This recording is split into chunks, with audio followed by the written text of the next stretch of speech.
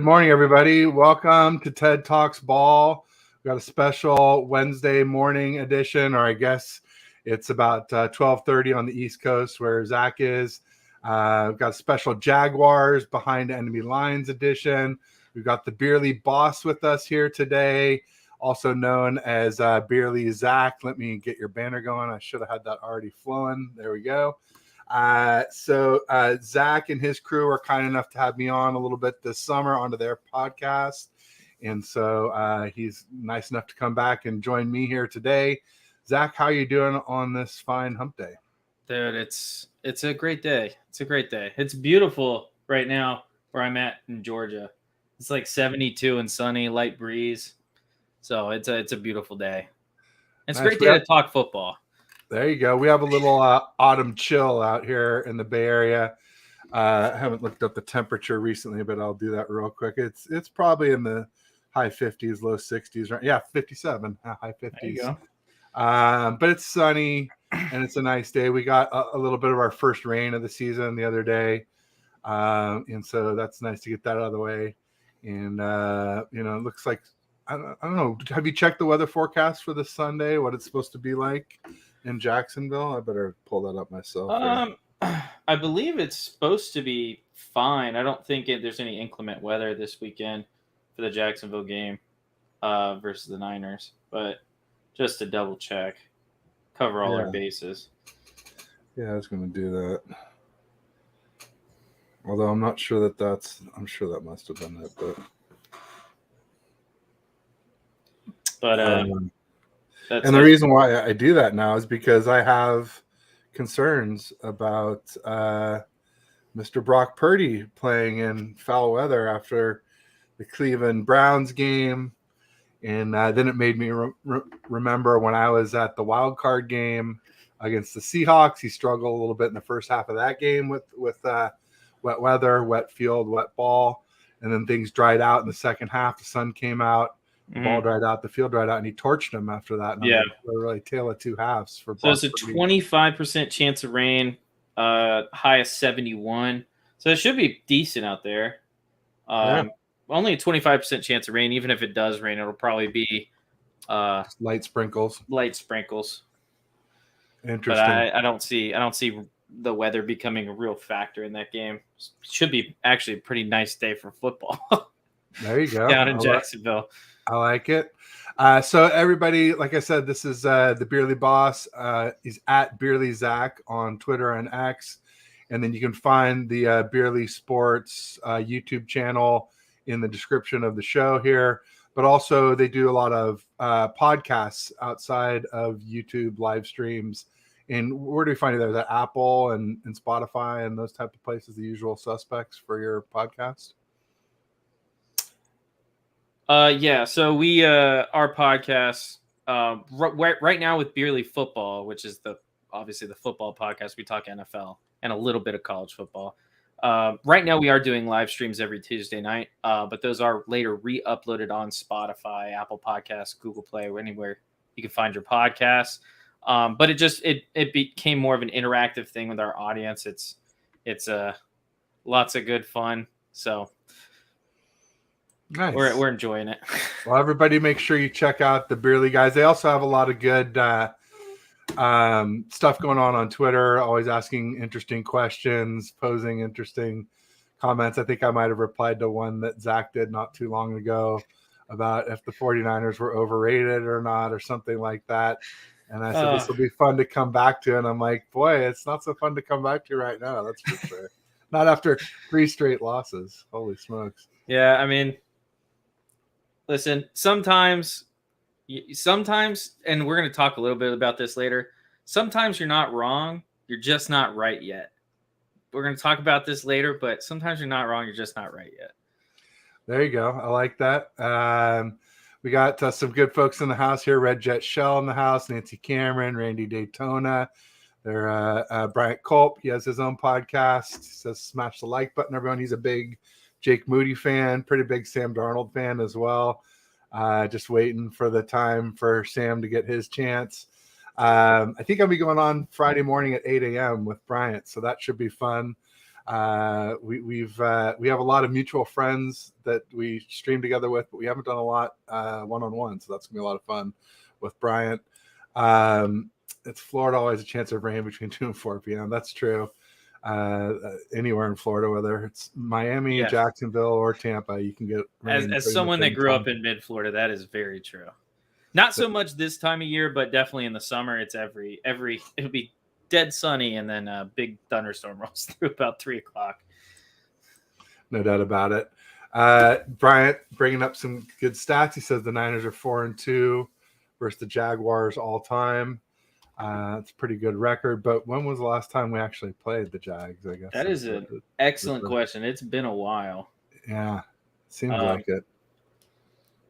Probably 4 years is sort of the minimum, right? Or maximum. Yeah, probably 4 years. Let me look it up. And it's been that would have been either Nick Foles or Gardner Minshew at quarterback. Ooh, Mustache Mania. I seem to recall Minshew, but I'm not seeing anything pop up here. Maybe it has been a while. Say all time.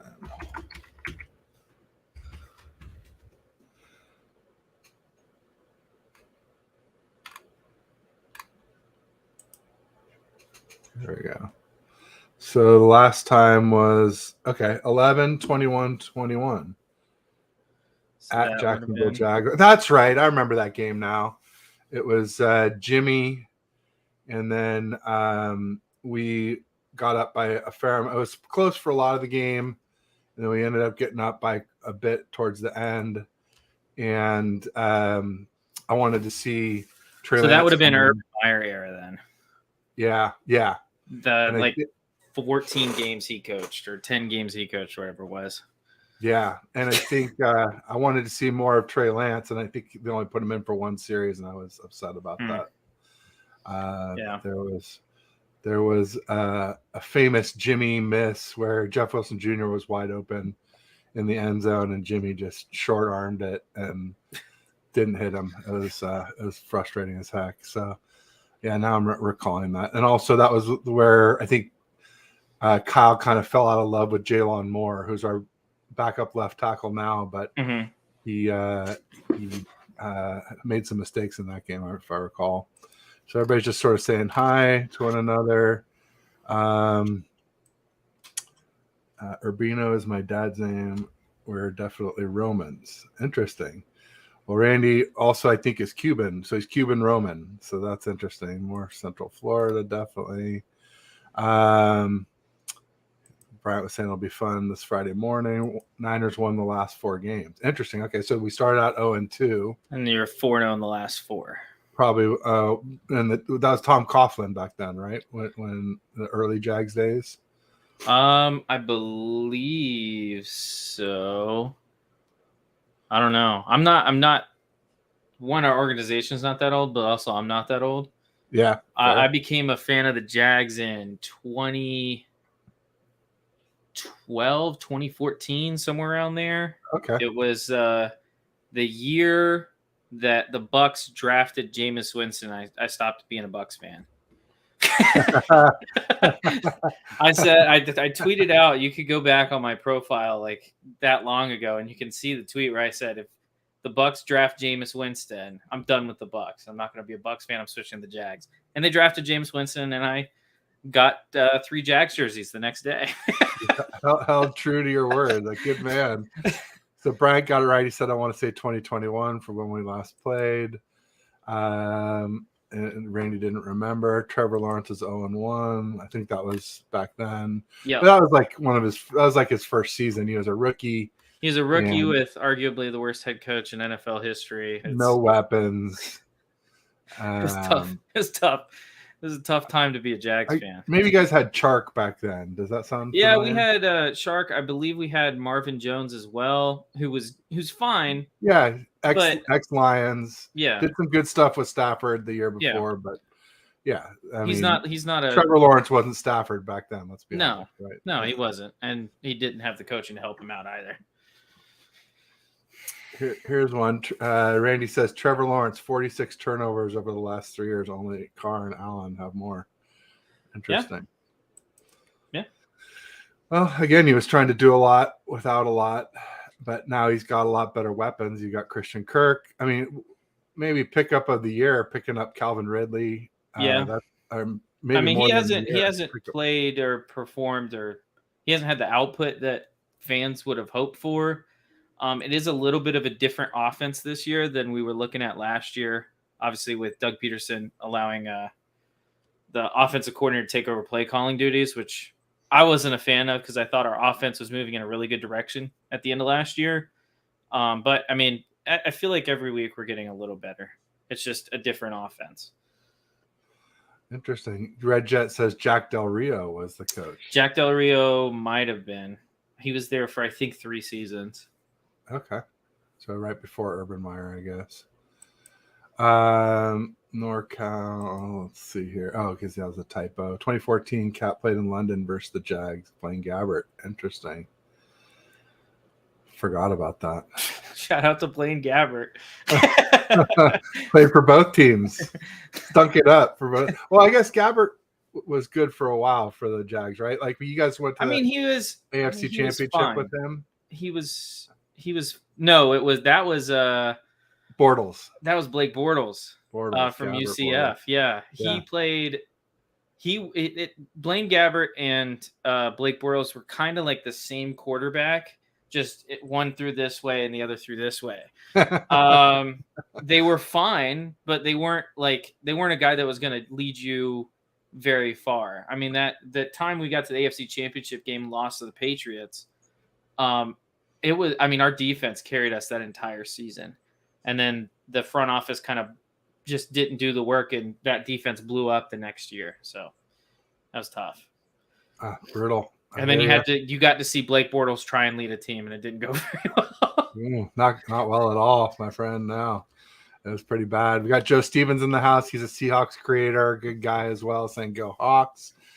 Poor Seahawks, man. They had their week on top last week, and then they lost it without us even playing a game. We reclaimed first place in the NFC West, but we are tied record-wise. I think we just have some tiebreaker against them right now. Mm-hmm. Probably because they lost to the Lions would be my guess. Mm-hmm. Although we lost I don't know what it is. Maybe they have more NFC losses or something divisional. Maybe that's that first loss to the Rams. Maybe is what's killing them. Nancy Cameron saying, good morning, everyone. Bryant Culp, thank you.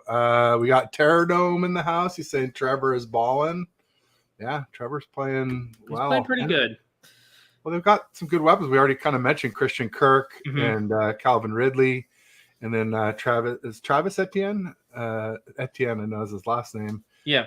He's a hell of a back, super fast, runs well, catches well. One of the better dual threat backs in the league, I got to think. Yeah, he is right now. He's probably the biggest saving grace of this offense, which has just kind of been touch and go this season. The defense has played pretty well, but the offense has been touch and go. He's one of those guys that, I mean, if you get the ball in his hands, it's kind of like I wouldn't put him on the level. I just want to be very clear because I'm on a 49ers podcast. I wouldn't put him on the level of Christian McCaffrey, but he's one of those guys when you get the ball to him, he can make plays. Well, and I wouldn't put Christian McCaffrey on the level of Etienne for speed. I mean, Etienne's a true 4.3, right? And McCaffrey's more like a high 4.4, 4.5 kind of guy. He's super quick, but he's not super fast. So shifty. I mean, they both have their strengths and weaknesses, I would say. But yeah, I mean, it's hard to beat Christian on an overall running back scale, at least until recently. We got to get Trent Williams back in there to blocking for him would be helpful, I think. And Randy said also, to be fair, Mahomes is right under Lawrence. So yeah, it's not just about the turnovers. It's about the wow play to turnover ratio for me. Yeah. So if you got the wow plays, then the turnovers don't bother me so much. Yeah, I think there was a tweet I saw last night comparing comparing Baker Mayfield yesterday to Lamar Jackson, numbers-wise, just pure statistically. And the statistics aren't as far apart as you would expect them to be. Like the turnovers are pretty similar. The yards are pretty similar in terms of passing. The touchdowns are pretty similar. But, I mean, obviously, I don't think we have to debate who's the better quarterback between Baker Mayfield and Lamar Jackson. No. I mean, well, unless you got homers like we do in the fan base, in the Niners fan base, where they think that Brock Purdy's better than Josh Allen. They think that he's better than, I won't say Lamar, but it's amazing what some 49ers fans will say Brock Purdy's better than, and he's a great little quarterback and makes great decisions. It's just there's so many limitations. I think I said it this summer when I was on with you guys. Yeah. Limited arm, limited height, limited top speed. I still stand by all of that. So and the way he was playing there for a little bit, it seemed like it might not matter.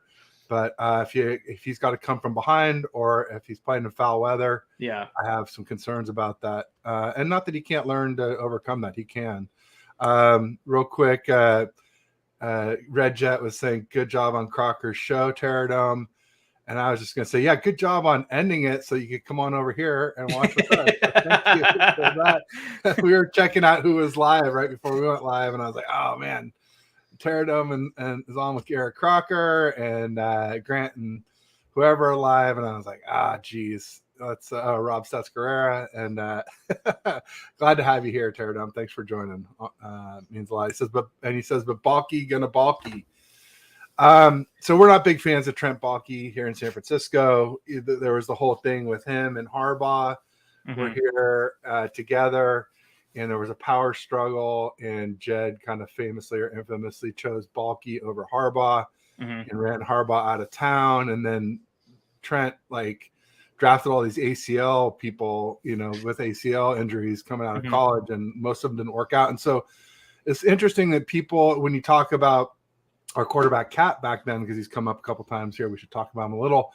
People like to say, oh, well, people figured out Cap. And I was like, well, yeah, maybe a little. You figured out how to spy him, sure, and that made him less effective. But what also made him less effective was throwing to guys like Jeremy Curley and you would see some similar names from the 2012, 2013 glory days on the roster in 2016, but they weren't the same guy anymore, right? They were kind of washed versions of those guys. Yeah. And so part of it was they figured out Cap, but part of it was just Cap's roster just fell apart. There were so many retirements with Willis and Navarro Bowman, and then we got Borland for a minute, and he decided he was worried about CTE and quit after his rookie year. And there was just so much attrition and poor drafting. But I feel like Baalke's done a pretty good job with the Jags, especially this Calvin Ridley thing. I think that's a coup for any team. One of the biggest I've heard of in the last several years to get a guy like that off the street. One of the more disappointing things this season, less last season, because I feel like the draft picks we made last year turned out really, really good. You have Cisco, who's becoming a really great young safety. Hopefully he's back this week. You have Andre Cisco, okay. Yeah, Andre Cisco. You have outside linebacker Devin Lloyd, who had an incredible rookie year. Chad Muma, who's a serviceable backup, I would say. I don't think he's anything special, but he's a serviceable backup linebacker when obviously Lloyd can't play. So I think the last year I was really impressed with how the draft picks performed. This year I've been more skeptical because I thought when we traded back in the first round, I was like, okay, we're trying to pit these teams against each other for these certain positions, and we're going to go and get a safety to go opposite Cisco. I thought we were going for Brian Branch, and so I was really excited. And then we went with an offensive lineman, which we needed, granted, but it was a little disappointing because I wanted another playmaker on that defense. There you go. Well, and then also I noticed Voice Aid Aluakon over from the Falcons. I always liked him. He's such a great middle linebacker. And then obviously the other Josh Allen playing defensive end. He was in the same draft with Bosa, Brian Burns, Max Cross. I mean, what a draft that was. Yeah. For edge rushers. I mean, you could say Clelin Ferrell, who's also a 49er now, but he's not in that same category with those other guys who are just star DE1s on each of their respective teams. They're really great guys. So what else? Joe Stevens is saying he got to watch Urban Meyer play the Hawks on Halloween in 2021. So I guess it was Urban Meyer in 2021 then. Maybe it was. That must have been an experience. So they're talking about something I don't understand, so I'll skip that. Did Jack Del Rio coach Jake Delhomme? Jake Delhomme. Yeah. Probably. And Jake Delhomme is kind of an interesting quarterback in that he had the UCL Tommy John surgery, elbow UCL, full repair replacement. So he gets compared to Brock Purdy and Nick Mullins, who had the lesser versions of the repair plus internal brace surgeries. But, there's some question in my mind as to if maybe we rushed Brock Purdy back from that surgery too soon, because even after the Vikings game, we talked about the summer where I said I wasn't sure when he'd be ready, and he didn't seem ready in camp. And then he came out and he started out pretty well. And then he had this 2.3 game stretch where he was on fire. It was the end of the Giants, all the Cards, and all the Cowboys game. He was lighting it up, and it's sort of like I had to do an apology tour and say I was wrong, and I apologized to Brock and blah, blah, blah, blah, blah. And then he sort of came crashing back down again with the Bengals, or not the Bengals. Well, yeah, the Bengals, but first the Browns, the Vikings, and the Bengals. And after the Vikings game, he told Troy Aikman that his arm still wasn't back to 100%. I'm like, God dang it. I've been saying this the whole time. Why do we rush him back? I think we crowned him a little bit too early. I wanted to see a full competition. I wanted to see Trey Lance play with CMC, but I guess we don't always get what we want. So. I don't know. It's crazy. I mean, like I was saying, Ted, you weren't wrong. You just weren't right yet. Yeah. No, I mean, I think Trey Lance will be good at some point. It's just he just needs the reps. And he's obviously not going to get many with the Cowboys this season, but if he has a strong offseason, I wouldn't be surprised to see him be QB2 or higher. Well, I mean, I don't think he'll dethrone Dak in the offseason, but if Dak gets injured, he could put himself into position for that. For next Which year, he does have a history of. Dak has a history of injury. So it's not unlikely that you might see Trey Lance play a football game in Dallas, either this season or next season. Yeah, and Joe says it's because they lost to the Rams. Why the 49ers have the tiebreaker. That's what I thought, because that's divisional. It's a little late for Ghosts, Randy. Or is that that might have been a Sam Darnold reference, since Halloween's already passed. Turnovers don't mean you ain't good. No, that's exactly it. It just depends on the wild plays. And then Randy said, Purdy is God. All right, there you go. This is what I'm talking about, Zach. We got elite. You know what? He knows just how to push my buttons. So. You know what? It's fine. Randy did it even with the Warriors stuff. He pretended to be a Kings fan during the Warriors Kings series, even though he's actually a Detroit Pistons fan. But he was saying light the beam and all this stuff during the Warriors Kings series. So homers everywhere. Please call them out, Ted. Yeah, no, that's one thing you can count on me. I will always speak my mind, regardless of the consequences. There you go. What are the 24s? I'm not sure what they're talking about. It must be. I think it's 24. A calendar. Okay. Oh, yeah. The 24s, right? Yeah, 2024s. Got it. I've been perusing the chat. There you go. Excellent. Yeah, I'm a little behind here, so I'm trying to catch up. See, here's Bryant with the Sam Darnold stuff. I love Sam Darnold. I agree with that statement. He is underrated and undervalued. I love Sam Darnold. And usually it's Bryant saying Sam area because there's that Trey area. So, like, they're kind of copying that. When he came in, Bryant was there for the home opener and wearing his Moody jersey and chanting Sam area when Sam came in for those last few handoffs or kneel downs or whatever it was. Nothing of import, but it's still our first time to see him on the field this season. Sam is desired by most teams. As a backup, maybe. Yeah. I probably. We need to identify the team identity, which can be done against the Jags. The Jags have some killer on offense. I'm afraid of Etienne. Yeah, no, they have a really stout defense too. Like I said, Josh Allen. You got what's the guy's name who went number 1 overall? Trayvon Walker. Trayvon Walker, and he hasn't quite lived up to that, but he's still a really solid edge, right? So what they probably need to do this offseason, because I've been paying close attention to Trayvon Walker this year, because he started probably about as poor as possible this season. He wasn't doing anything in the pass rush. He wasn't creating any pressure up the middle, anything like that. But as the season's gone on, he started to do more pressure up the middle. He's a bull rush guy. He does not have refined pass rushing moves. So he needs to be a guy that plugs up holes in the middle in the run game. And when he does do that, he plays well.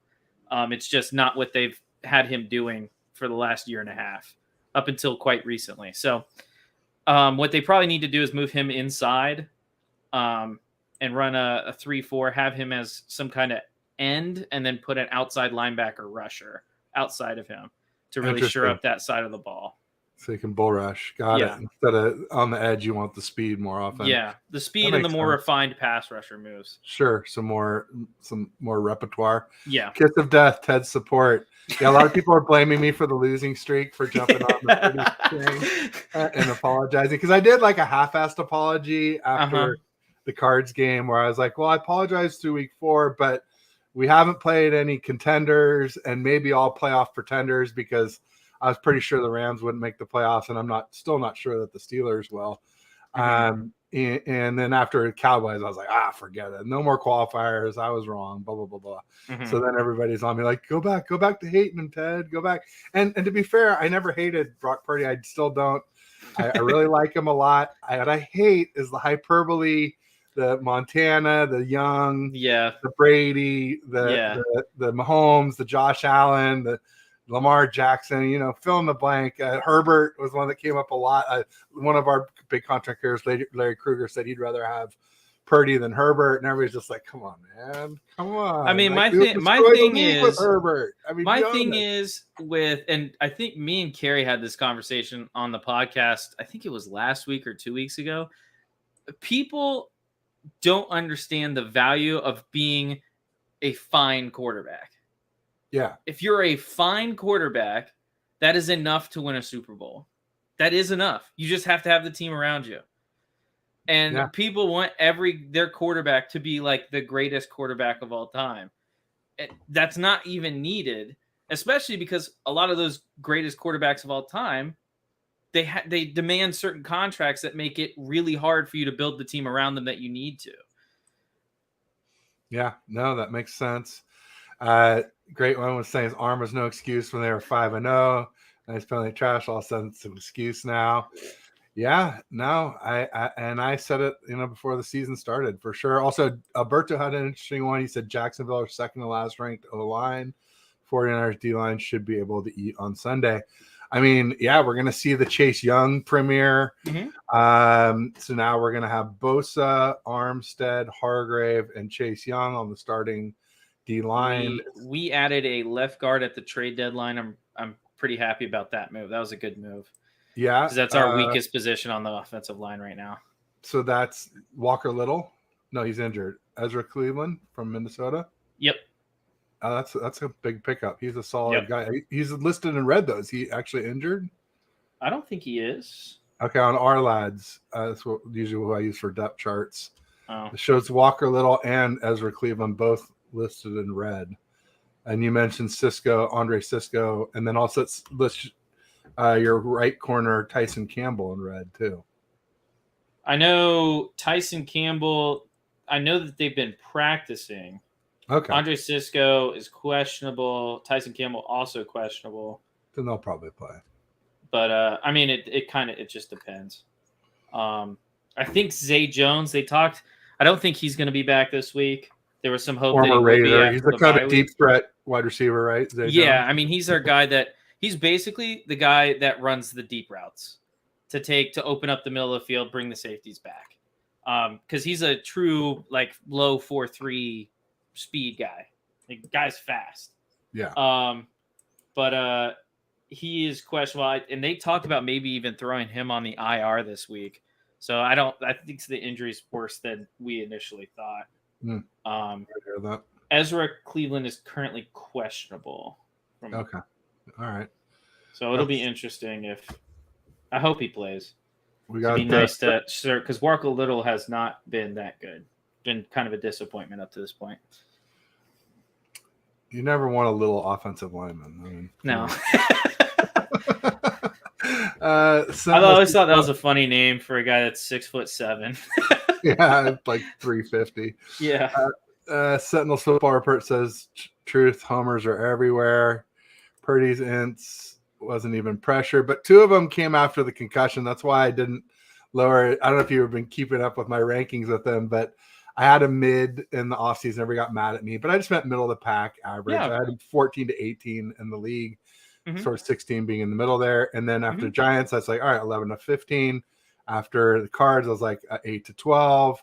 After the Cowboys, I'm like 6 to 9. I still wouldn't put them in. After the Browns, I'm like, oh, back to 8 to 12. And I would have gone back to 11 to 15 after the interceptions both came after the concussion. So I'm like, all right, we'll give them a pass on those. But then after the Bengals, I'm like back to 11 to 15. So I'm getting close to back to that 14 to 18 ranking again. And probably just need to stop moving around every week. But with a short body of work or small body of work and lots of volatility, it causes that. And he has been volatile this year. There's been some really high highs. And I mean, lows.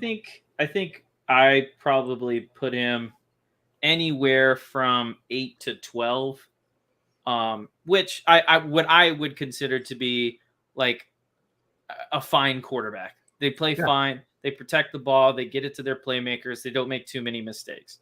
Like I don't think he's anywhere near top of the NFL in terms of talent, or not even talent, because there's guys that have a ton of talent who I wouldn't even put above him.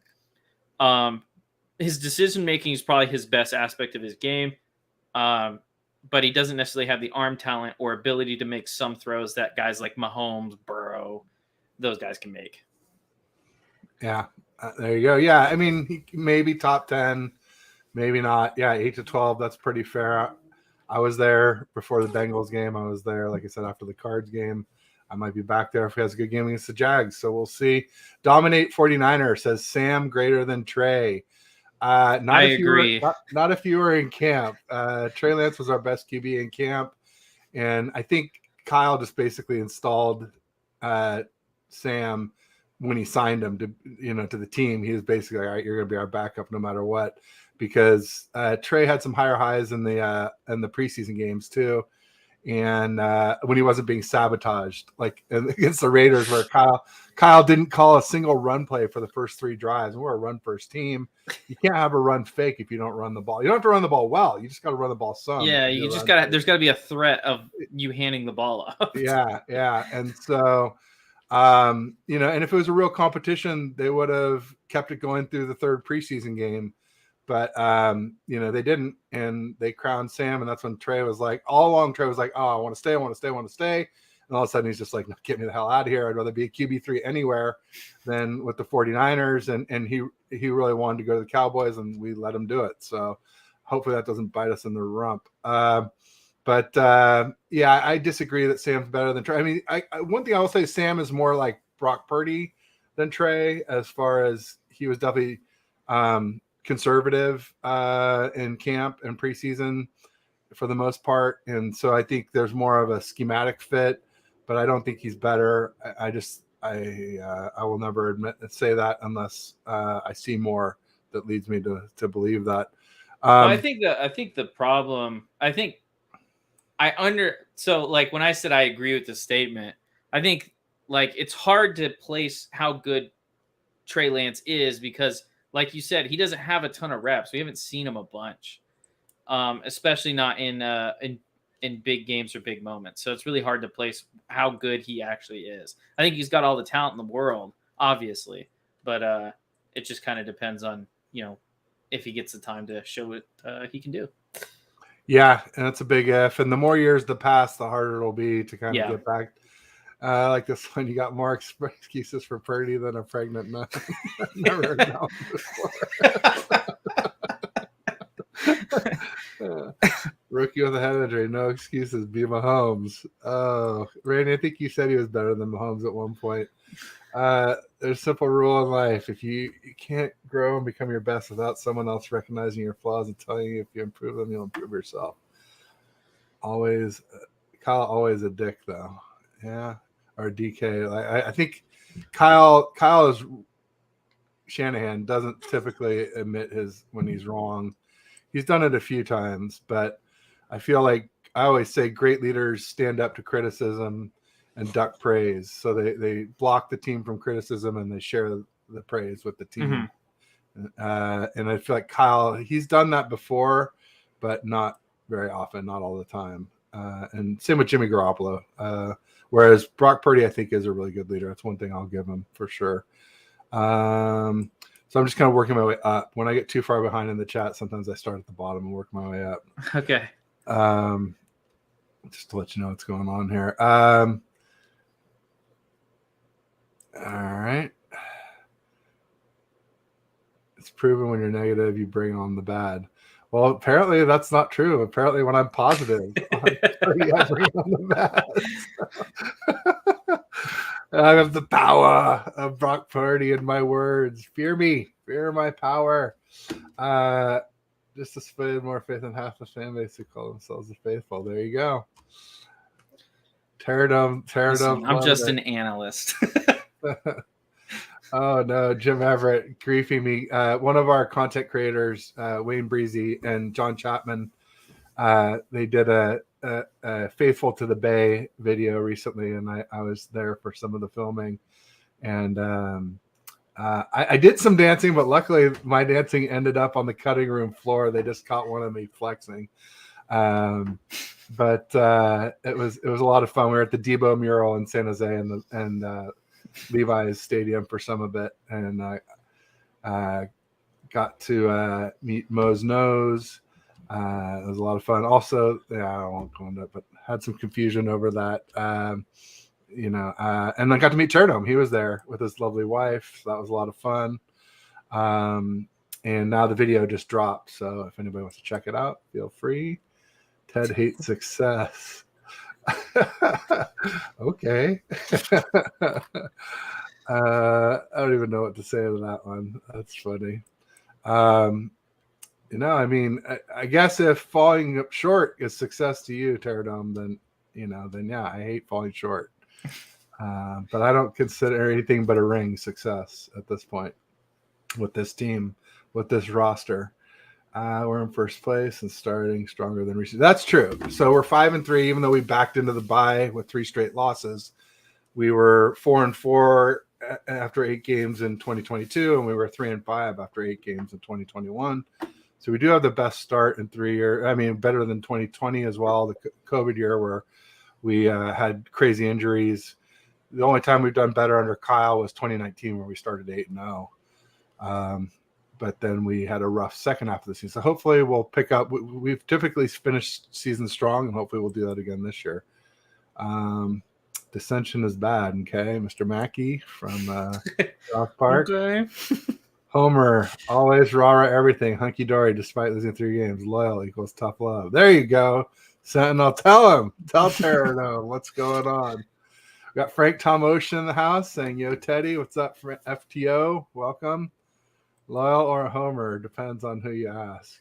Yeah, no, I mean it's a fine line, and it depends on the situation and everything. But real quick, let me do a quick commercial break here. I've got a new sponsor for the show called the Travelstead Group. They're a retail and hospitality logistics company, and so they do transportation and warehousing for brick and mortar. They do fixed furniture and equipment. That's FFE. They do operating supplies and equipment. That's OSE. They do new store openings, rollouts, relocations, decommissions from the first mile to the final mile and everywhere in between. Travelstead has you covered. Let us know how we can help you via air, ocean, or land. They do closed loop solutions for retail and hospitality. It's Nick and Henry are my contacts there. They're great guys. They have 100% US-based support. These are complex operations. There's always fine tuning that goes with it. And it's nice to know when you pick up the phone, you'll be talking to people here in the States that know what you do, not some call center overseas where they have no clue.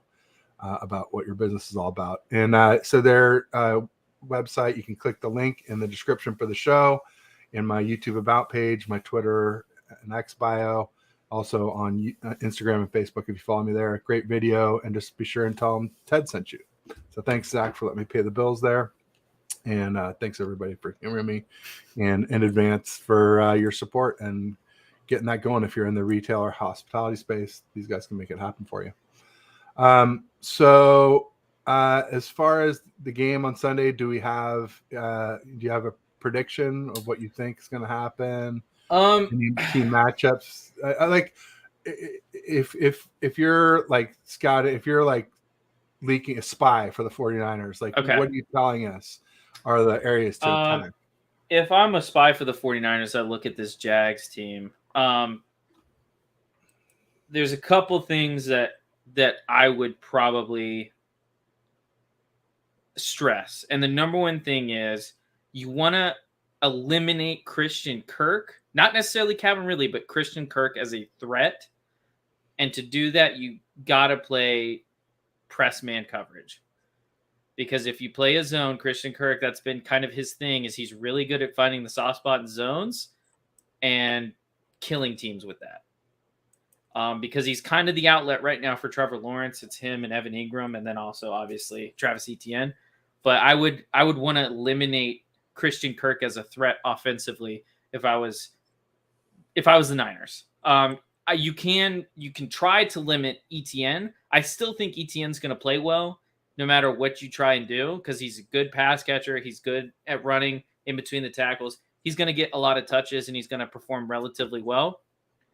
But I think if you eliminate his number one outlet, which is Christian Kirk, I think that helps you guys out a lot in terms of stopping this offense from scoring. I think the teams that did it the best were the teams early on this year. Christian Kirk had a very tough start to the year, just given the kind of defenses he was playing. And as soon as we started playing more zone defenses, it became very apparent that, okay, Christian Kirk kind of thrives against zone defense. And then defensively, you got to run the ball. That's not to say that we have the best pass defense in the NFL, because I don't think we do.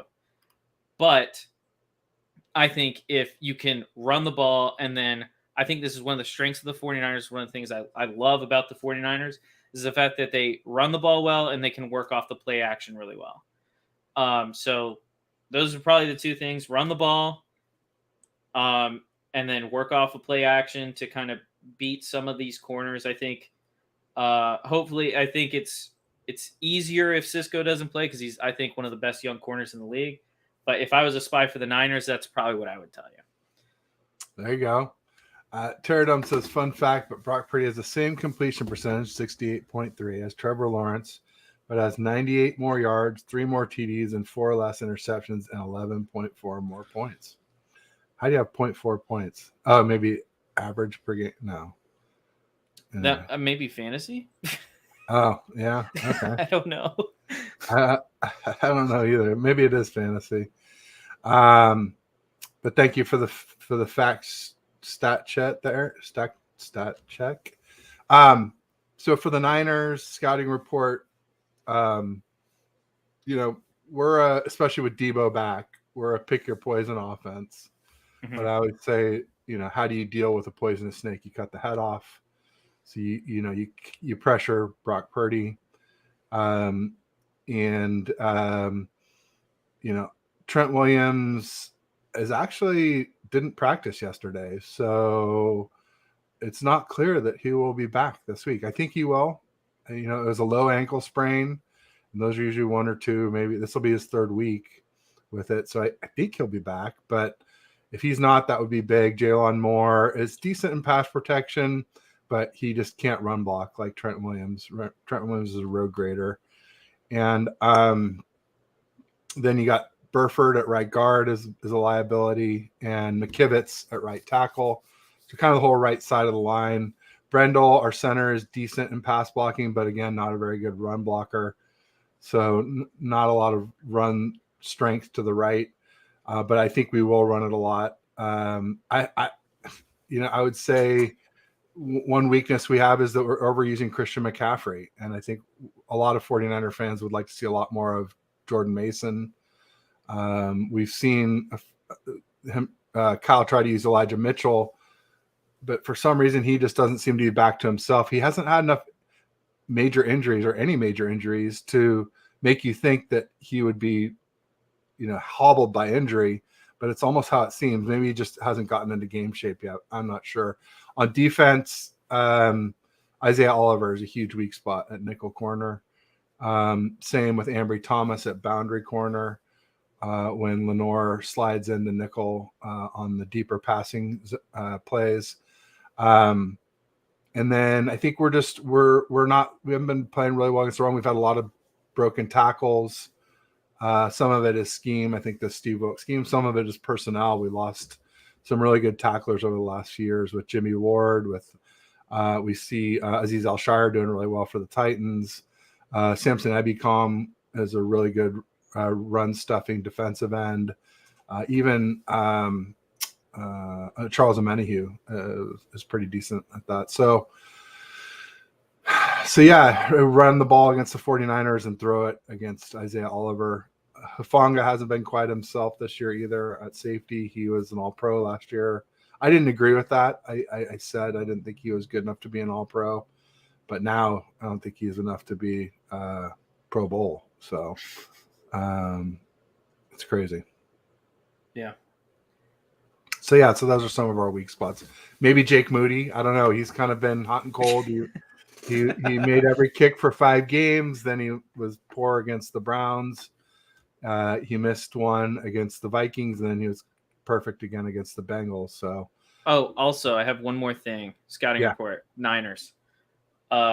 If Jamal Agnew catches any pass, go for a strip. Because he fumbles like nobody's business. There you go. Is he a tight end, Jamal Agnew? Huh? Is he a tight end? No, he is a return specialist that for some reason finds himself catching passes sometimes. And it seems like every time in a big game where we have a chance to take the lead against a good team, he catches a pass and fumbles. Oh, wow. On the plus side of 50. That's what happened against the Chiefs last year in the playoffs. He fumbled at like the 2-yard line.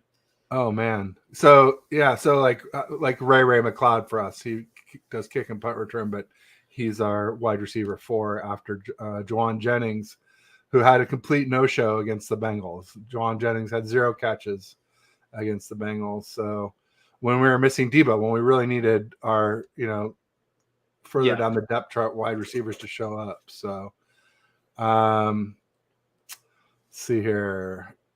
We got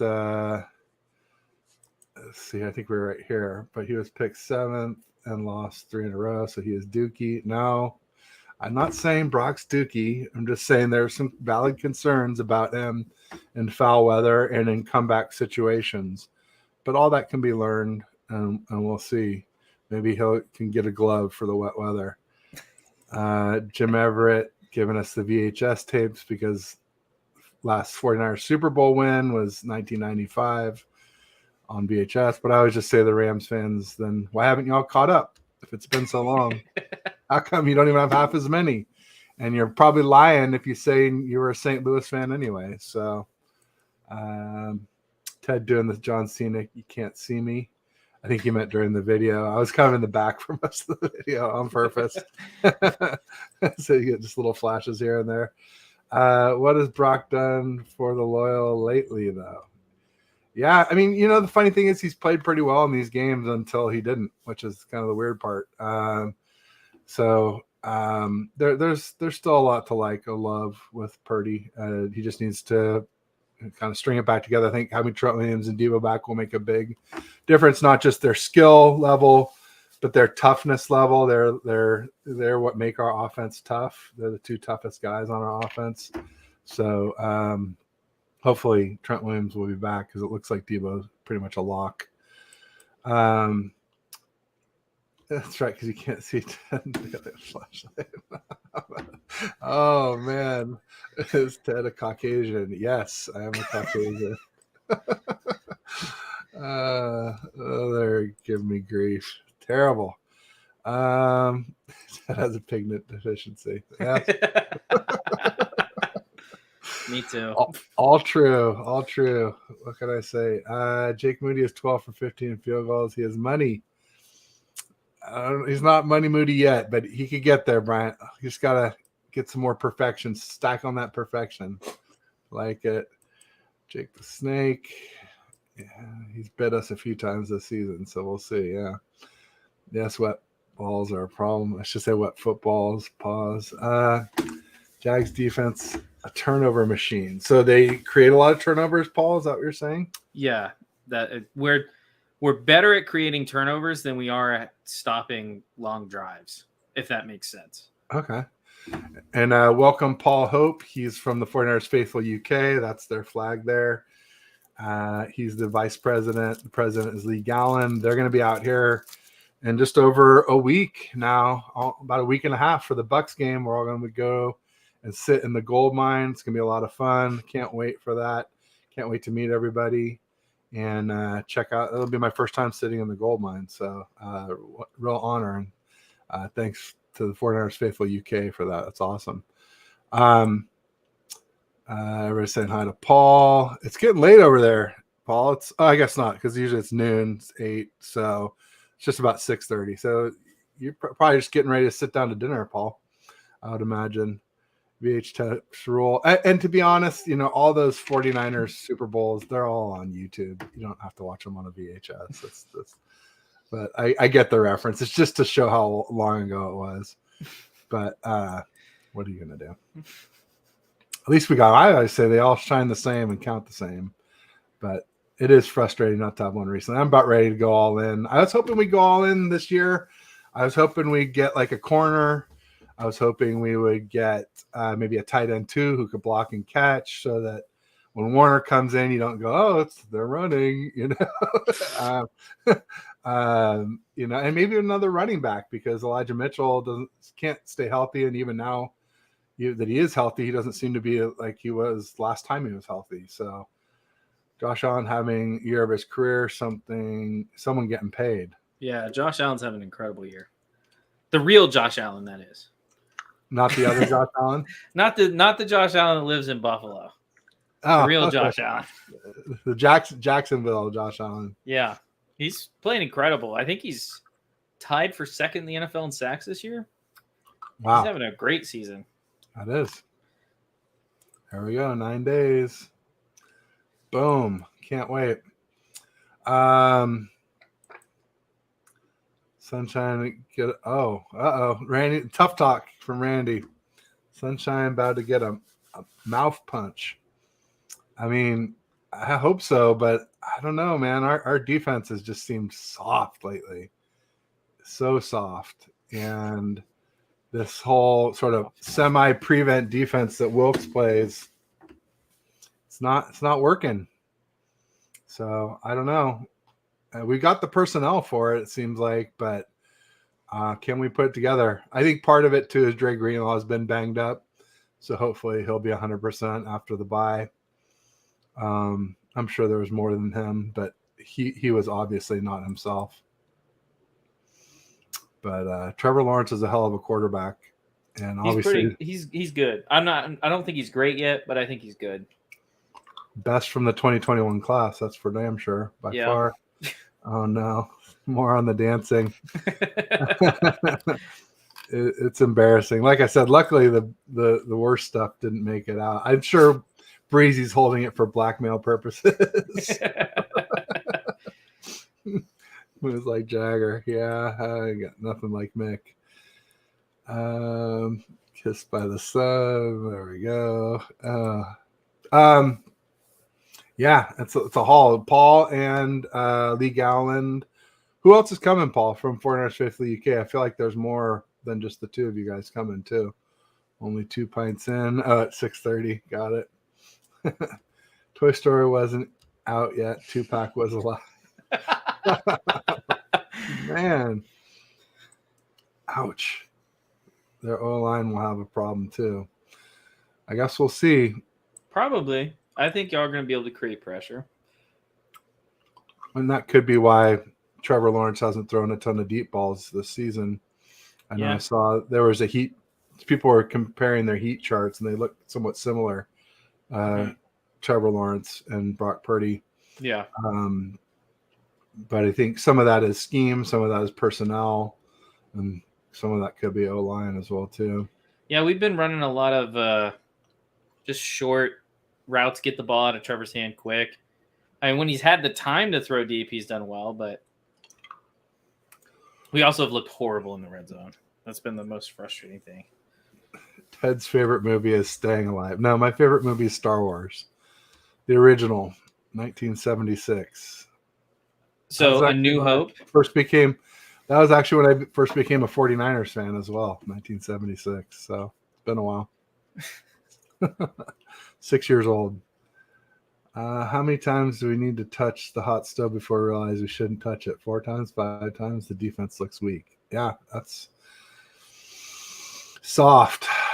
And there's talk about moving Steve Wilkes out of the booth down to the field. But there's plenty of DCs that call games from the booth. Vic Fangio is a big one. Dan Quinn's another one that are both pretty successful. So I think that there's certain personality types where you're actually doing a disservice to bring them to the sideline, where everybody's jumping around and excited. Like you're like, oh, we need a rah-rah guy like D'Amico or D'Amico Ryans we just had, or Robert Saleh, obviously went to the Jets. And it's like, but if you're not that guy, if you're, everybody jumping around and you're all stoic, it's almost worse than being in the booth. You're almost you're bringing the energy down, robbing the on the joy. sideline. Yeah. Not to mention that you're not seeing the field as well. It could be a double whammy. So I'm not a big boot Wilkes to the field or fire Wilkes guy just yet, but we'll see. That could change. I said basically, like, as long as Isaiah Oliver's out there, you can't really be too mad at Wilkes. And everybody's like, but he's the one who brought Isaiah Oliver. I'm like, yeah, that's true. But still, I want to give him a chance to replace him and see what we can do if we do replace him. If we don't replace him, then, yeah, that's on Wilkes. And I'll start to get to be more mad about it. Great one says, what's the over-under on Purdy 2 ints? It greatly depends on who's playing in the secondary. If we have Cisco and Tyson Campbell back, it's close. I think without either of them or one of them, I don't think. I think the under is pretty safe. I was saying 1. I was predicting 1 interception for Purdy in the game. So, but I wasn't getting as fine tuned about who's in or out. But yeah, so I guess we're both saying under as it stands. But we'll see. I guess it depends if those guys play or not. Defense is a shell of its former self. Yeah, I mean, we were number 1 in the league last year, number 1 in yards, number 1 in scoring, tied for most interceptions. I think we're still leading the league in interceptions, but the rest of the defense is struggling for sure. Run D is struggling. Yards, points, all that is struggling for sure. Wilkes needs to go. Only calls bad game. If Kyle calls a bad game, Kyle needs to go. I'm keeping that same energy. Well, Kyle has had 3 17-point games in a row. So, all of a sudden Purdy for 30 is barely more than Purdy for 13. So I have a question for you. This is just a personal question. I want your take on it. What's the minimum number of points you should expect your offense to score and win games in the NFL? Let's say you have a good, you have a decent defense. If your defense is playing okay, what's the minimum number of points? 27. Okay. 24, somewhere in that range. I'd probably go around 27 or 30, something like that. Yeah, 30 is hard to sustain, though. Yeah, it is. Especially against good but it's weird. There's so many bad defenses in the NFL. Mm-hmm. Like, you can think you're good, and then all of a sudden you run into a good defense. You're like, oh, damn. Yeah. It's not such a cakewalk when like the Steelers didn't show up against us. The Rams only have Aaron Donald. The Giants are the Giants. The Cards are the Cards. The Cowboys didn't show up against us because those two teams have both been playing very differently than they played against us. And some of that's us, but some of that is them, I would say. Rainy saying A New Hope, yes. I guess that's what they're calling. I don't even relate to it because that's like a new moniker that was put on the original Star Wars many years later, but I guess that is the New Hope. When they blew up the Death Star, it gave them hope. So there you go. There we go. Paul says we'll sort something for Shell. Outstanding. Get all the energy. Yeah, there's definitely rules sitting in that gold mine. You gotta like be yelling and screaming the whole time. They'll like make you sign waivers. It's like a serious commitment. You can't just go and be a wallflower in the gold mine. Which quarter? If it's the fourth, there you go. Interesting. Yeah, I mean Purdy's been throwing in the fourth quarter. He's been a tale of three quarters playing pretty well and the falling apart in the fourth lately. So at least the last two games, and against the Browns, he was pretty bad most of the middle of the game, second, third, and most of the fourth quarter. 30 or more for the Sentinel, 21-24 for the Great One. So they're kind of agreeing with our range, a little bit higher, a little bit lower. Probably why we have no points. It's his time of possession works. Time of possession is huge, and I think that's what like Zach was saying, if we can run the ball, that'll give us time of possession, keep Trevor Lawrence off the field. Best way to limit Christian Kirk is not let his offense be out there. And then barring that, if the Jags are on the field, then offense that is, then maybe bracket him, put a safety to help whoever's covering him. That could help as well too. Give me up first downs before third down typically. Yeah, that's our defense. Not good. All right, Paul says Niners win 27-20 and Jags don't get any turnovers. All right. Okay. I've been saying I think it'll be 24-21 is what I think the score will be. It'll be a good game. I'm excited to watch it. Same. I haven't really checked out to see what the other games are this weekend if we're one of the better matchups. We are. The games this weekend aren't that good. We were looking at it because we do pick them for the show. We were looking at it. Because this last weekend was incredible. I know. Where you had, the Chiefs, Dolphins from Frankfurt early. And you had the Ravens, Seahawks at the your 1 o'clock slot, our 10 a.m. slot. And then you had the Cowboys, Eagles at the 1 p.m., 4 p.m. slot. And then Sunday Night Football, Bills. The next best game is Browns, Ravens. That should be a good game. And then it's a lot of nothing. Although it's like, I feel like the Browns defense is a little overrated and maybe the Ravens defense is a little underrated. And so, yeah. And definitely I think the Ravens have the better offense, especially if, I guess is Deshaun coming back or has he decided? He played last week. Oh, he did. Okay. He played actually probably his best game of the year last week. Which isn't saying all that much, but it was his best game. Okay, that could be an equalizer a little bit then. I still pick the Ravens in that for sure. I probably would agree with that. Interesting. So not a lot of great games again. That's too bad. I mean, it was kind of nice for us when you have a bye that there's a lot of other good football on that takes some of the pain out of not getting to watch your team play. Yeah.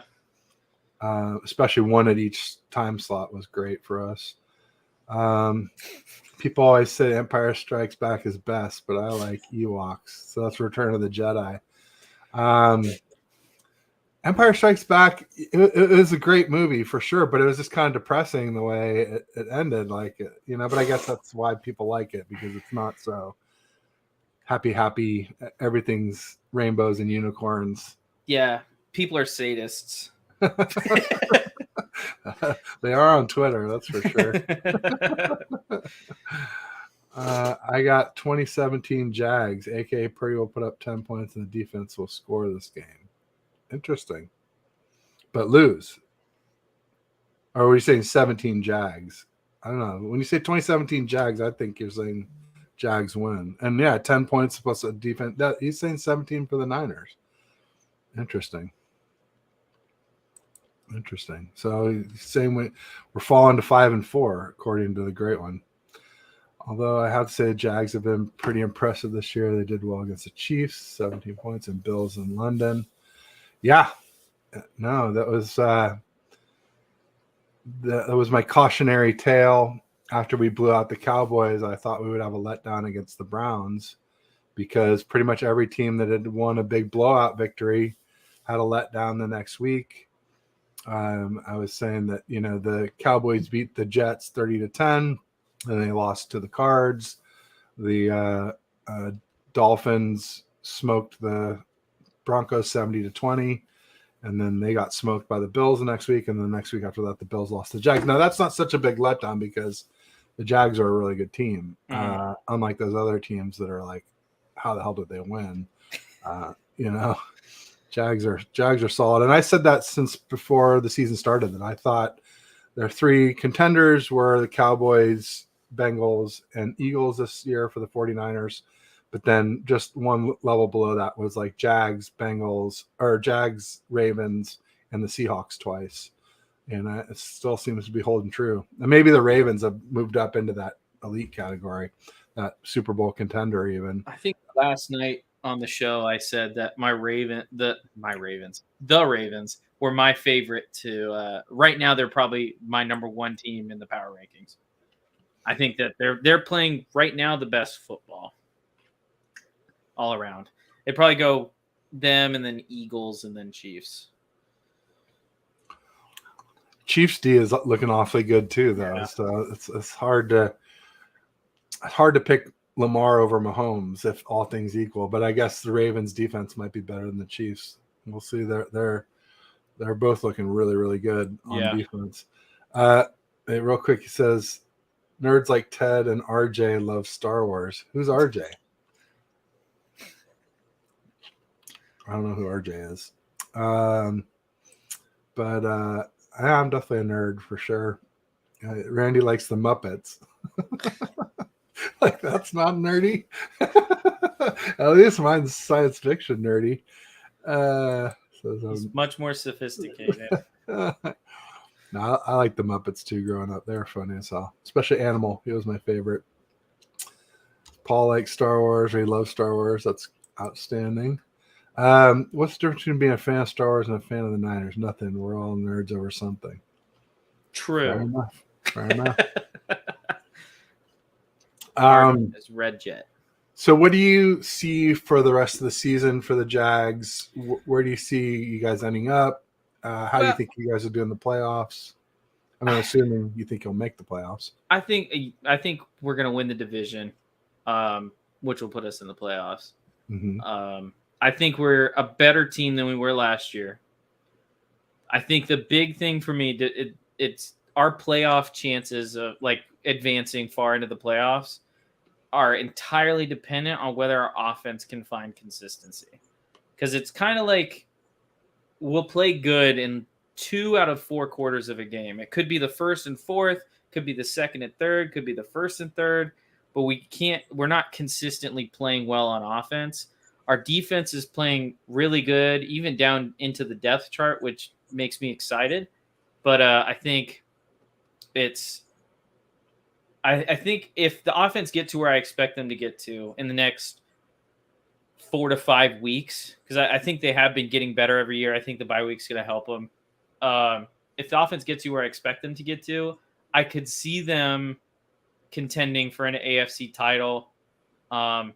That I could see them going that deep in the playoffs, but honestly, it kind of depends. Our schedule this year is pretty easy as well. I know we play the AFC South. Well, obviously the NFC South is one of the divisions that we're going through. We have the AFC North, which is obviously a really good division. Brutal. Yeah. Probably the best division in football right now. So that's tough.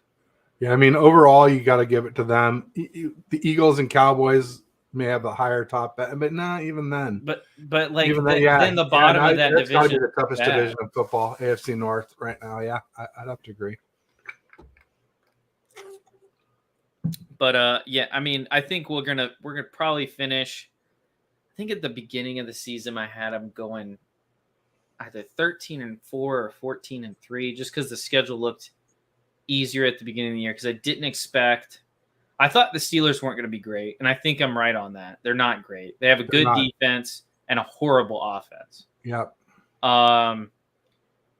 The Browns have a good defense and slightly better offense than the Pittsburgh Steelers, I think, but I don't think their defense is as good.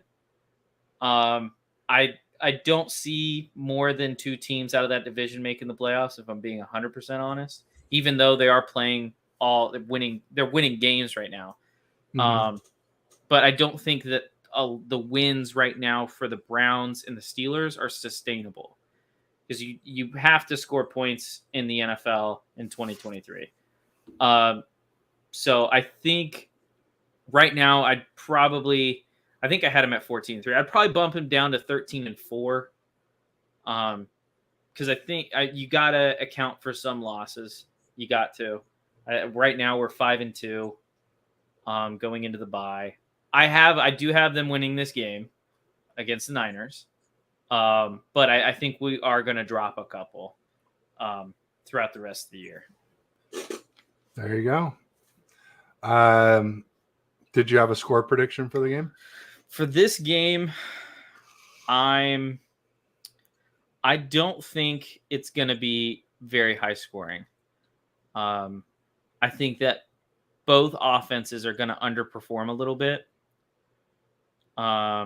So if I had to do a prediction for this game, I'd probably this is tough.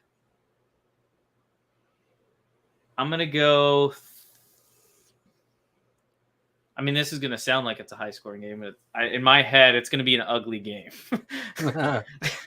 I'd probably go 31-27 Jags. Okay. I think that it's going to come down to basically who gets the ball last and whether or not they're able to score. There you go. Makes sense. So for us, I had us 11-6 before the season started. Mm-hmm. Feeling pretty good about that. Maybe 12-5. I have us winning, like I said, 24-21 this week against y'all. But I wouldn't be surprised if we lose. You know, I mean, either way, it's going to be a great game. It's going to be good, close fun game. Football. Yeah, anything can happen. I mean, I have some doubts that we'll even make the playoffs because we do have a tough stretch. We've got you guys this Sunday. The Bucks, they're not easy. They're not hard, but they're not easy either. They're just kind of scrappy. They hang around for a lot longer in games than you would expect them to. And I'll be at that game at Levi's. Then we have the gauntlet. We have, Seahawks in Seattle on Thanksgiving, Eagles in Philly on the 3rd, and then the Seahawks at Levi's on the 10th of December. That's a really tough 3 games. We could lose 2 or 3 of those games. And then the Ravens on Christmas Day. That was the original one that bumped me down from 12-5 to 11-6 because I was like, oh, Niners, -20 rest days. The season worse than the NFL. Mm-hmm. Ravens, +9 rest days. 4th best. There's like 3 teams at +11 or 12 rest days. I think it was the Jets, Bears, and someone else. But bottom line is 29 rest days, give or take, by Christmas Day. More for the Ravens. That adds up. That's huge in the NFL. And so that's why. And that was before the Ravens were playing so well. Now they're like playing like they could have the -20 rest days and we could be +9. They still might beat us if we're playing they're like playing we are really now. good football right now. Healthy Lamar is playing real like everyone expected him to play. Yeah. And we'll see if it lasts for the playoffs because we've seen that before with his MVP season. Yep. But so, I mean, there's a scenario where we could miss it. But the hard thing for me about when I say we could miss the playoffs is like, what are the 7 teams in the NFC that are going to keep us out, right? I mean, you got the Eagles, you got the Lions, you got the Seahawks, you got the Cowboys. Then you go New Orleans, right? It would have to be like Atlanta or Tampa would kind of have to jump up in there. They're the only ones I can see. Because otherwise, like, I can't see Minnesota doing it without Kirk Cousins. That was the one that could have kept us out. Yeah, I think Minnesota was with Kirk Cousins was starting to turn it around, and then that yeah. ACL tear happened. Or not ACL, Achilles, second of the year for a starting quarterback in the NFL. Yeah. And And like he's done. and it's crazy because I always said like Kirk Cousins, if you protect him, he can hurt you. There's a reason why Kyle likes him. We saw it when we played them. And I would always say like, oh, Kirk, the one thing about Kirk Cousins, he never gets injured, never missed a game due to injury, and now he's going to miss a bunch. It's a real shame. Yeah. So I'm a big Kirk Cousins fan. I love Kirk Cousins. No, he's so underrated for sure. Yeah. They're talking about Beaker and Bunsen from from the Muppets. Oh my. See what happens.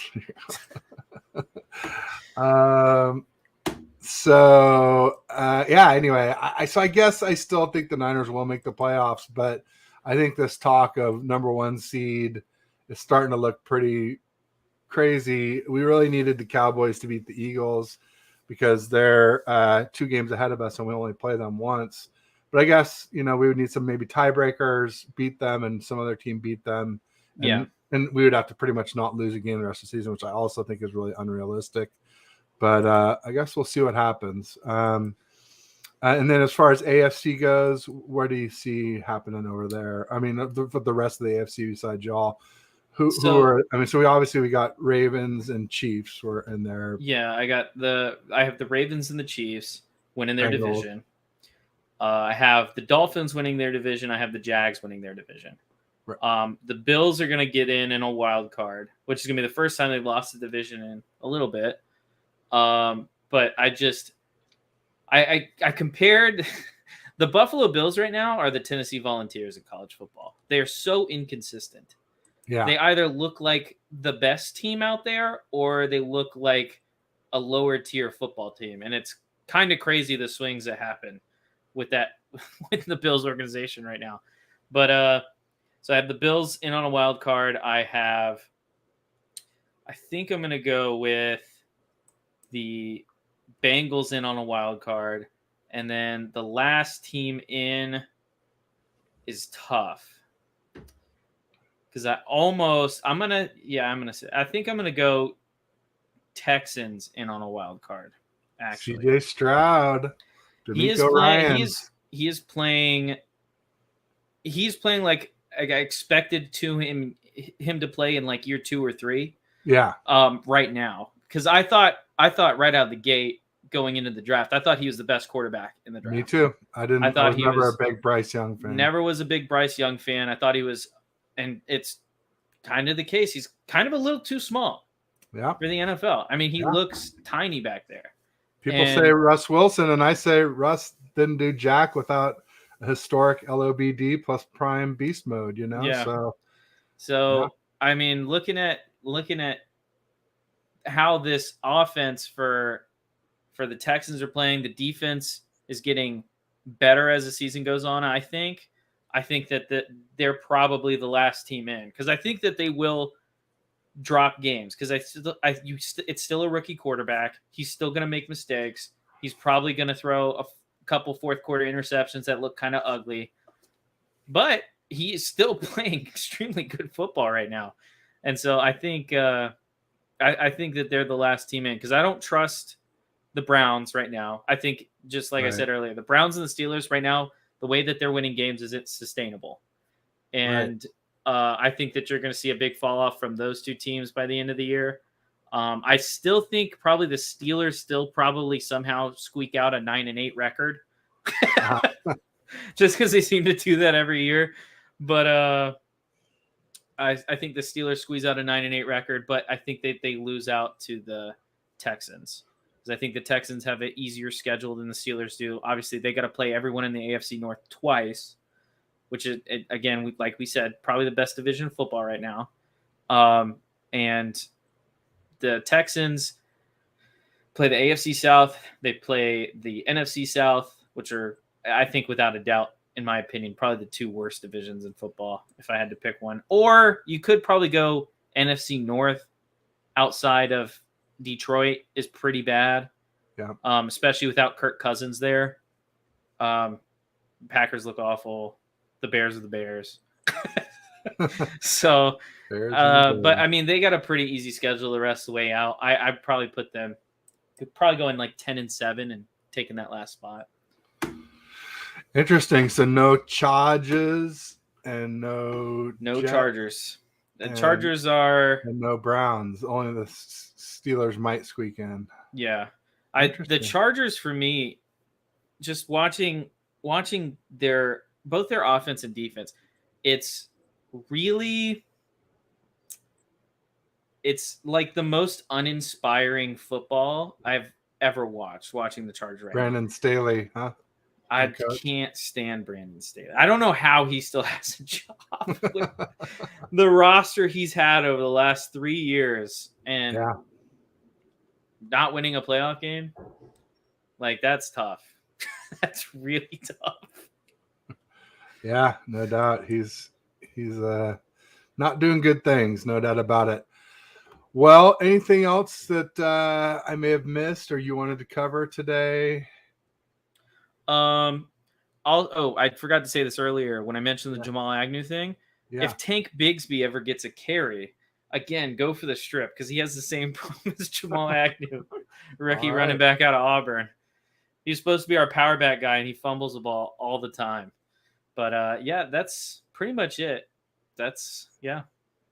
See, that's a good line for a name for an O-lineman. Bigsby, not Little. See, there you go. You just got to switch him to O-line and switch him to Walker Little back in the running back. You'll be all set. 6'7", like 4'9", refrigerator Perry. Doing the Super Bowl shuffle. Love it. All right. Well, good. Well, Zach, thanks for coming to join. Thanks for coming behind enemy lines. We'll have to do this again. Yeah. Sometime soon. And we can bring more of the Beerly folks if you want to have more of a general NFL roundtable or whatever. But I appreciate you coming on. And like I said, hopefully also if you want to commit to doing a follow-up show next week, we can do that. I typically like to get those locked down before the game. That way neither person feels, it's always tough once you lose. Yeah. Like, I'm kind of busy that day. Sorry, Zach. Yeah.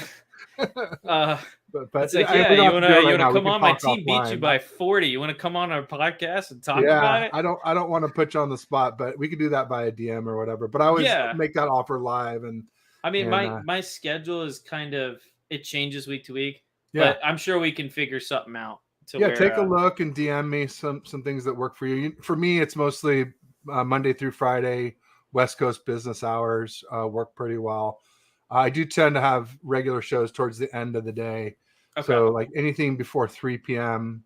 on West. So anything before 6 Eastern, or with a 6 o'clock end time Eastern usually works pretty well. Gotcha. Okay. But yeah, let me know. Hit me up. And like I said, I'd be happy to do a follow-up show. And I promise I won't be too harsh. You can tell I'm pretty fair with this stuff. I'm not here to gotcha anybody. Listen. No one is a bigger critic of the Jacksonville Jaguars than this guy right here. There you go. Yeah, same thing with me and the 49ers. Because it's like, if you don't critique your own team, then you're I think someone said it earlier, you're just rah-rahing bad play. And like, why would you want to rah-rah bad play? It doesn't make any sense. You're not like helping out your team at all by doing that. You want to call out bad stuff when you see it. So if enough people call it out, changes are going to get made. There you go.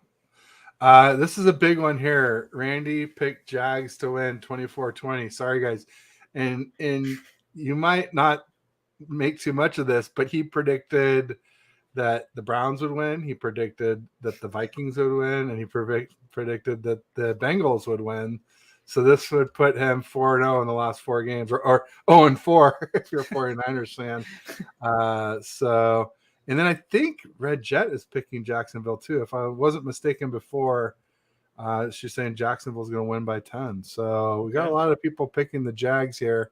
I just think with getting there, I'll tell you what would swing it for me to a Jacksonville win is if Trent Williams doesn't play. If Trent Williams doesn't play, I'll say Jags win. If Trent Williams plays, then I'm sticking with my 24-20. Do you think that's going to be a fun matchup to watch if he plays him versus Josh Allen? Yeah, that's going to be a good matchup. No doubt. See, there was thanks, Randy. Appreciate it. Yeah, we are starting to wrap here. Just want to make sure Chargers always choke since Philip Rivers days. Yeah, Philip Rivers, I felt like he was so overrated as a quarterback. I feel like they got rid of Drew Brees, and Drew Brees turned out to be the better QB. Not by a ton. I mean, yeah, I mean, Philip Rivers had a great career, but people say Brees, like people for the whole Bryce Young too short, too little thing, and people say Russ Wilson. I always say Brees too. Like, Brees only won one ring, only, but yeah, he won one ring, and it was basically because of a Hank Baskett botched onside kick recovery, and he also had a great defense that year too. He did, and then he never won after he got paid. Same thing with Russ. Neither of those guys won after they got paid. Same thing with Aaron Rodgers, has not won a ring since he got paid. So he's not a little guy, but those other little guys. When people say like, "Oh, so and so," I'm like, well, when I think of the difference between guys like Russell Wilson, Bryce Young, and then Drew Brees, I'd say Drew Brees had a bigger arm than both those guys. Yeah, even though they're all undersized, but Drew Brees had the bigger arm out of the three. Yeah, I agree. And the better arm out of the three. Right, says you guys look like the first two presidents. Oh man, that's bad. Thanks, Bryant. Appreciate it. My favorite all time is Barry Sanders, followed by Marshall. I love that list right there. Yeah, my favorite is Barry. I have Roger Craig ahead of Marshall Faulk just because he played before Marshall Faulk, but Marshall Faulk had the better career, obviously. I love Marshall Faulk. Yeah, he's a Ram, so it's hard for me to get behind him. But yeah, he did have a better career than Roger Craig for sure, no doubt about it. Red Jet says Zach is cool. Barry and Sweetness for me. There you go. Walter Payton was a hell of a back for sure. Mm-hmm. One of the best ever. Elite. Now you can say elite. There you go. 3 for 3. Oh man, yeah. I hope you're not 4 for 4, Randy, with your predictions. I call the losses. The schedule's a mess. Randy's correct on all accounts. Oh man, it's okay to start 5-4. No, it's not okay to start 5-0 and then go 0-4. It's okay to start 5-4 where it's like win, loss, win, loss, win, loss, win, loss, win. Hey, in fantasy, I started 0-4 and I'm 5-0 in the last 5 weeks. There you go. It's okay to start 5-4. Just depends on how you do it. Who's your favorite fantasy player you got on your squad? Oh gosh, honestly, this is such a hodgepodge roster I got here. Bunch of mids. Bunch of mids, but they do what they need to. Right now, because he's a waiver wire pickup that I'm really enjoying. Tank Dell. Oh shit! From the Texans, yeah. Wow, I got him. I think week 2 off of waiver wires. He didn't do much for me immediately, other than keep me close. And then once CeeDee Lamb started playing like CeeDee Lamb, it became a lot easier to score points. I haven't played fantasy in a while, and this will date me to tell you what my last great pickup was Peyton Hillis. I got off the waiver wire back in the day, and I already drafted CJ2K and who was the Texans running back? What was his name? Arian Foster. And that was like an insane backfield. Those 3 guys. It was like, who's your quarterback? Oh yeah, Matt Schaub. No problem. We're crushing everybody. Didn't matter. And not so great wide receivers either. But those 3 running backs carried me to the title. So yeah. It's been a rotating wheel at quarterback for me this year in fantasy. There you go. Rick Diaz, what's going on? Ready for the 49ers? Yeah, we're ready. Unfortunately, Rick, we're kind of like wrapping things up here for this show, but make sure you go back and rewatch. It was good stuff with Zach. He's a great guy, very knowledgeable Jags fan, not a homer, big, fair with his criticism of the 49ers and the Jags. And a great guest. So anybody else thinking about having a good guest, make sure you hit up Zach. He's outstanding. And you can find him at Beerly Zach on YouTube, or not YouTube, on Twitter and X, and then Beerly Sports on YouTube. And then Beerly Sports on like Spotify, Apple Podcasts, all the different podcast areas. They do a lot of audio pods. And LOL, the first CMC Hillis. Yeah. No doubt about it. Peyton Hillis was a beast that year. He was crazy. He was. It was nuts. There you go. I'm proud to be a Niner fan too, Rick. I'm right there with you. Well, Zach, let's just say, we can't root for each other's teams to win, so let's root for a good game and no injuries. And I'll just say peace and go Niners. And you want to give us a Duval, or what do you guys say for Jacksonville? Yeah, it's Duval. Let's go. All right. I'm excited. Thanks, everybody.